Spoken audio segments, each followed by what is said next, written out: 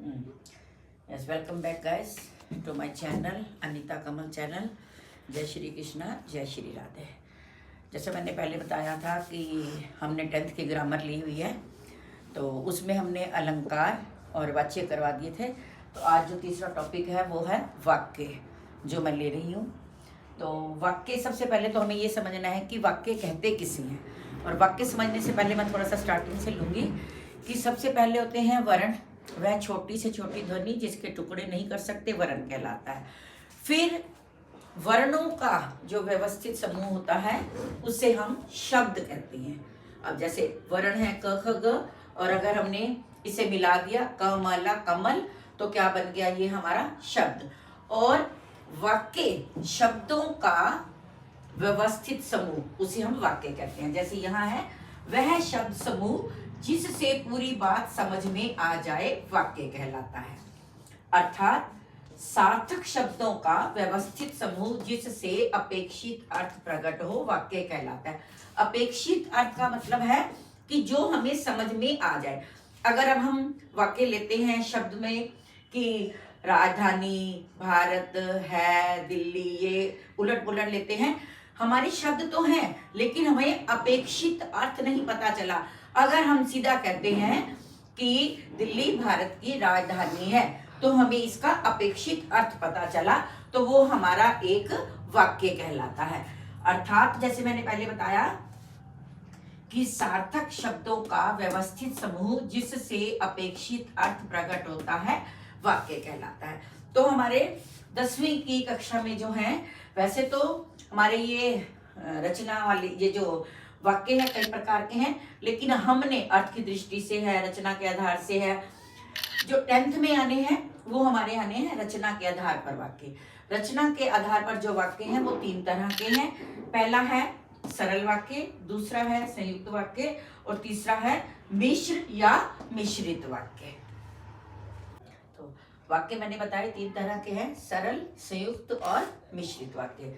तो ये है सरल वाक्य। सरल वाक्य जैसे कि नाम से ही है कि इसमें कुछ भी डिफिकल्ट नहीं है, साधारण सा है। जिन वाक्यों में एक विधेय होता है उन्हें सरल वाक्य या साधारण वाक्य कहते हैं। इन वाक्यों में एक ही क्रिया होती है, अर्थात एक उद्देश्य और एक विधेय होता है। आपने छोटी क्लासेस में पढ़ा होगा उद्देश्य और विधेय। तो इसमें एक ही उद्देश्य होता है और एक ही विधेय होता है। और अगर मैं कहूँ कि 9th में आपने अर्थ के आधार पर जो पढ़ा है वाक्य, वो जो विधानवाचक है हमारा 9th क्लास में, अर्थ के आधार पर जो विधानवाचक वाक्य है वो हमारा सरल वाक्य है। देखिए जैसे मुकेश पढ़ता है, उद्देश्य मुकेश पढ़ता है, विधेय। या एक कर्ता और एक क्रिया लगाओ, मुकेश कर्ता और ये क्रिया। राकेश ने भोजन किया, पक्षी डाल पर बैठा है। तो इनमें हमारे पास एक ही उद्देश्य और एक ही विधेय है। तो जहां पर एक ही उद्देश्य एक ही विधेय होगा वो हमारा कौन सा कहलाता है? सरल वाक्य। दूसरा है संयुक्त वाक्य। संयुक्त वाक्य जब 2 अथवा 2 से अधिक साधारण वाक्य समानाधिकरण समुच्चय बोधक अवयवों से जुड़े हुए होते हैं, वह संयुक्त वाक्य कहलाते हैं। वाक्य जैसे हमारे पास है मुकेश पढ़ता है, एक वाक्य है, लेकिन जहां पर मैंने बताया 2 या 2 से अधिक सरल वाक्य किससे जुड़े होंगे? समानाधिकरण समुच्चय बोधकों से, समुच्चय बोधक अवयव से। अवयव भी आपने पढ़े होंगे जो किसी भी अवस्था में बदलते नहीं है, स्त्रीलिंगो पुल्लिंगो, उनका प्रयोग वैसे ही होता है। तो वो हमारे कहलाते हैं संयुक्त वाक्य। तो मैं अब आगे बताती हूँ कि समुच्चय बोधक हमारे अव्यय कौन कौन से हैं। जैसे मैंने बताया था कि समुच्चय बोधक जो समानाधिकरण समुच्चय बोधक अव्यय से जुड़ा है। तो अव्यय कौन कौन से हैं? पर, किंतु, और, या, इसलिए, अथवा, परंतु, तथा, अतः, फिर भी, ये सारे हमारे जो हैं ये अव्यय हैं। अगर पूरी, जो थोड़े बच्चे ढीले होते हैं पूरा नहीं याद कर सकते, सिर्फ इन शब्दों को याद कर लें, पर, किंतु, और, या, इसलिए, जिस वाक्य में भी उन्हें ये शब्द मिल जाते हैं 2 वाक्यों को जोड़ते हुए, वो हमारा संयुक्त वाक्य होता है। जैसे है गीता गई और सीता सो गई। अब 2 वाक्य हैं, गीता गई, सीता सो गई, इनको जोड़ रहा है और। वह मेहनत तो बहुत करता है पर फल नहीं मिलता। इसमें वह मेहनत तो बहुत करता है, एक वाक्य है हमारा, फल नहीं मिलता, अगर हम पर हटा दें तो कुछ हमारी क्वेश्चन अनकम्प्लीट सा रह जाएगा। तो यहाँ पर हमने पर अव्यय लगा दिया है, समुच्चय बोधक हमारा समानाधिकरण है, तो यहाँ पर हमारा जो पर है वो अव्यय है। या तो उसे मैं अखाड़े में पछाड़ूंगा या अखाड़े में उतरना छोड़ दूंगा। ये तो है या हमारे लिए अव्यय कि या तो ये काम करेगा नहीं तो छोड़ देगा। आज मुझे बहुत काम है इसलिए, अब यहां तक आ गया हमारा एक वाक्य, आज मुझे बहुत काम है, एक वाक्य है, मैं तुम्हारे पास नहीं आ सकूंगा, इसलिए जो है हमारा ये हमारा अव्यय है। राम बाजार जाएगा अथवा श्याम बाजार जाएगा। और अगर हम लगा देते हैं, देखो ये हमने वाक्यों के बाद कहा है, और अगर हम यहां पर लगा देते हैं कि राम और श्याम दिल्ली जाएंगे। अब राम और श्याम दिल्ली जाएंगे तो ये हमारा एक साधारण वाक्य बन जाएगा। जबकि हमारा अगर हम लिखेंगे राम दिल्ली जाएगा और श्याम भी दिल्ली जाएगा, तो हमारा ये जो है संयुक्त वाक्य बनेगा। ये भूल मत करना, मोस्टली बच्चे यही भूल कर देते हैं। राम जहां पे और देखा राम और श्याम, ये तो हमारे दोनों संज्ञा शब्द हो गए, तो यहां हमने शब्दों में नहीं वाक्यों में लाना है। राम दिल्ली जाएगा और श्याम भी दिल्ली जाएगा, इस बात का खास ध्यान रखना है। जैसे गीता गई और सीता सो गई, तो गीता गई सीता सो गई ये नहीं, ये हमारे शब्द बन जाएंगे। तो यहाँ पर और हम लगाएंगे बीच में, तभी हमारा ये जो है वाक्य कंप्लीट होगा। तो ये था हमारा संयुक्त वाक्य। अब आगे है हमारा मिश्रित वाक्य।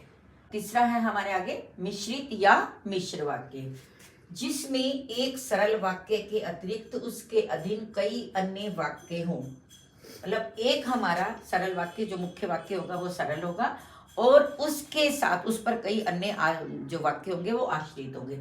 और हम पहचान कैसे करेंगे कि जहां पर एक मुख्य वाक्य है उसके साथ जो अन्य वाक्य है कि, क्योंकि, या जिन वाक्यों में ज अर्थात जो, जब, जिसने आदि आते हैं, या जहां परिणाम हो वहां पर भी मिश्रित वाक्य कहलाता है। जैसे है देखो, महात्मा गांधी कहा करते थे कि, अब ये की आ गया हमारा, वहां हमने समानाधिकरण कहा था, यहाँ हमारा है समुच्चय बोधक अव्यय कि अब महात्मा गांधी कहा करते थे, ये हमारा मुख्य वाक्य है। इस पर आश्रित जो है वो है गाये करुणा की कविता है। तो इन दोनों को किसने जोड़ा? समुच्चय बोधक अव्यय की ने जोड़ा, तो ये मिश्रित वाक्य बना हमारा। इसी तरह वह बाजार गया क्योंकि, वह बाजार गया ये हमारा मुख्य वाक्य है। उससे फल लाने थे क्योंकि, ये हमारा अब जो है समुच्चय बोधक अव्यय है, इसलिए यहाँ पर लगा। वह कौन सा भारतीय है जिसने, जैसे मैंने बताया कि जहां पर ज जो, जब, जिसने आते हैं वहां पर, तो यहाँ पर जिसने आ गया, महात्मा गांधी का नाम ना सुना हो। उस आदमी को बुलाओ जिसने नीली पैंट पहनी है, तो यहाँ पर ज वाले देख रहे हो। इसी तरह परिणाम वाले भी आ सकते हैं कि जैसा बोओगे वैसा काटोगे, जब तुम पढ़ोगे नहीं तो पास कैसे होगे। तो जो परिणाम वाले हैं उसमें भी हमारे ये आएगा, मिश्रित वाक्य आएगा।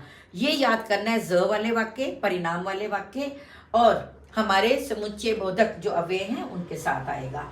जो वो जो भी आएगा उसमें हम मिश्रित, जिनको जैसे मैंने बताया है संयुक्त में मैंने शब्द बताए हैं आपको कि और, अथवा, किंतु, परंतु, इसलिए, इसमें भी कि, क्योंकि, जो, जब, जिसने परिणाम आ जाएगा, तो उसमें भी हमारा कौन सा होगा।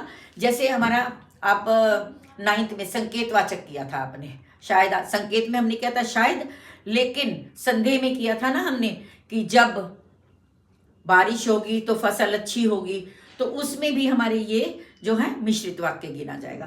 तो मैंने आज आपको बताया वाक्य, पहला बताया कि छोटी से छोटी इकाई वर्ण, वर्णों के मेल से शब्द, और शब्दों का व्यवस्थित समूह वाक्य कहलाता है। 10वीं में है रचना के आधार पर वाक्य भेद। रचना के आधार पर वाक्य 3 प्रकार के बताए, सरल, संयुक्त और मिश्रित। सरल वाक्य में एक उद्देश्य और एक विधेय। संयुक्त वाक्य में मैंने बताया जो समानाधिकरण समुच्चय बोधकों से जुड़े होंगे उन्हें हम वो कहेंगे संयुक्त वाक्य कहेंगे। पहचान मैंने बताई आपको। मिश्रित वाक्य जो व्याधिकरण समुच्चय बोधक से जुड़े हुए होंगे। व्याधिकरण में कि, क्योंकि, या, जिन वाक्यों में आता है, ज आता है, इनमें पहचान रखनी है हमने, वो हमारे मिश्रित वाक्य कहलाते हैं। तो आशा है हमारा ये जो व्याकरण का तीसरा टॉपिक था वाक्य, ये पसंद आया होगा। अभी इससे नेक्स्ट टॉपिक में हम कर लेंगे कि हमने सरल वाक्य को संयुक्त में कैसे बदलना है, या संयुक्त वाक्य को सरल में कैसे बदलना है, मिश्रित में कैसे बदलना है। इसके अलावा भी उपवाक्य हैं, वाक्य में भेद जो अगला आ रहा है। उपवाक्य 3 तरह के हैं, संज्ञा, सर्वनाम और ये क्रिया विशेषण, वो भी करवाएंगे आपको। तो आज के लिए इतना ही है। तो आपसे बार बार एक ही रिक्वेस्ट है कि हमारे चैनल को सब्सक्राइब कीजिए, लाइक कीजिए, शेयर कीजिए और हमारा जो हौसला है बनाए रखिए। और आपके, मैं पहले भी कह रही हूँ कि आपके आसपास या जो 10th के बच्चे देख रहे हैं, एक बार ज़रूर रिवीजन करें। व्याकरण जो आपकी 16 मार्क्स की आती है, अगर आप इससे रिवाइज करते हो तो श्योर है कि 16 में से 16 ले सकते हो। तो अभी तक के लिए इतना ही। जय श्री कृष्णा, जय श्री राधे।